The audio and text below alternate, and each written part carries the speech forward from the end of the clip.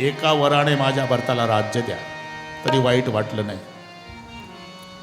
मागहू तू sir बर कर जोरी, पुरवहू नाथ मनोरथ मोरी. तापस पेश विशेष उदासी, 14 बरस तरी राजा दशरथाला वाईट वाटलं नाही. दशरथानं अर्थ लावला, हिला म्हणायचं आहे एका वराने भरताला राज्य, दुसऱ्या वराने दोघं नवरा बायको जाऊ तपाला. कारण राम वनवासी शब्द शेवटी आहे, हुशारी पा. तापस पेश विशेष उदासी, 14 बरस राम बनवासी. तारकन उठले, अरे भरत को शासन ठीक है, राम को बनवास क्यों? तू तो बोलती थी राम साधु है, अभी भी बोलती हूँ राम साधु है. तो साधु को जंगल क्यों भेज रही? साधु है करके जंगल भेज रही. साधु जंगल में शोभा देता है, सिंहासन पे नहीं. क्यों महाराज? राम का राज तिलक बताने के लिए आए तो कितने प्रसन्न दिखाई रहे. भरत के राज्य में तो इतने उदास क्यों? राम आपका बेटा, भरत आपका बेटा नहीं.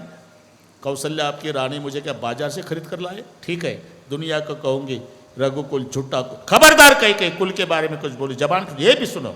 आज से तू मेरी पत्नी नहीं, मैं तेरा पती नहीं. संबंध तोडला राजानं. कोणालाच माहिती नाही. रात्र संपली, सूर्योदय झाला. सुमंत प्रधानाला सगळे विचारतात, झाली का तयारी? महाराजांची आंघोळ वगैरे झाली का? सुमंत येऊन पाहतात तर दशरथच नाही.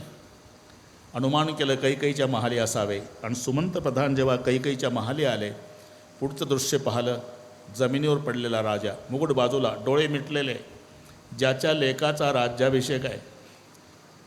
त्याचा बाप या अवस्थेत पाहिल्यावर काय झालं प्रधानाचं? विचारलं कैकेयीला, काय झालं मालकाला? रातभर राम राम कर रहे, राम के साथ कोई जरूरी काम, जाओ. सुमंत रडत निघाले. टोळके झाली का तयारी? मेरी मनस्री ठीक नहीं भाई, जाने दो. श्री राम मेरे साथ चलो. बिना आंघोळीचा राम मागे, सुमंत रडत पुढे. प्रजाजनांच्या शंका वाढत चालल्या. राजतिलक नाही, रामजी नहाये नहीं, सुमंत रो रहे, कुछ तो भी दाल में काला. संशय सुरू झाला. तिथं आल्यावर आपला जन्मदाता जमिनीवर पडलेला पाहिला. आणि कैकेयीला रामप्रभूने विचारलं, काय झालं बाबांना?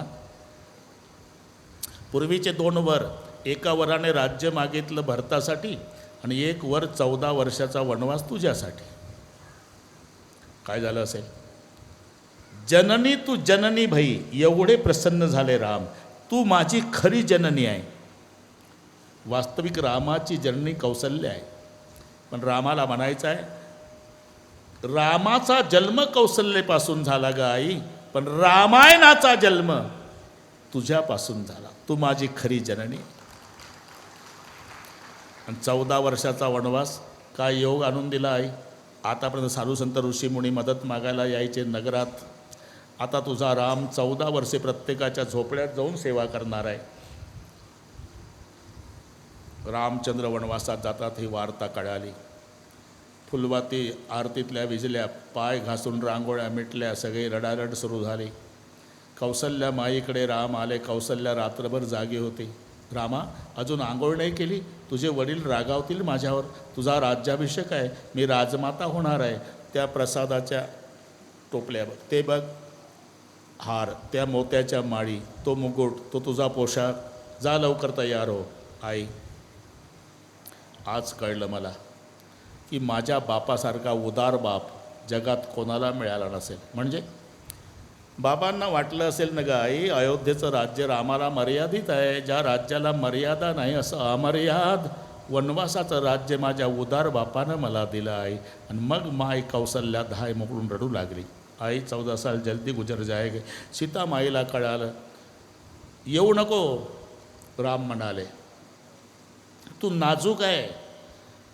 सीतामाई म्हणाल्या, तुम्ही नाजूक आहात. अरे तू नाजूक आहे, तुला जमणार नाही. तुम्ही नाजूक आहात म्हणते तर कशावरून? अनुभवानं सांगते. माझ्या बापाच्या बगीचात आलता फुलं तोडायला. 2 फुलं तोडले होते द्रोणात, आणि 3रं तोडत होता. मी झाडाच्या आड बघत होती तर 3 फुलात घामाघूम झाला. आणि मी कुर्यात सदा मंगलम शेवटपर्यंत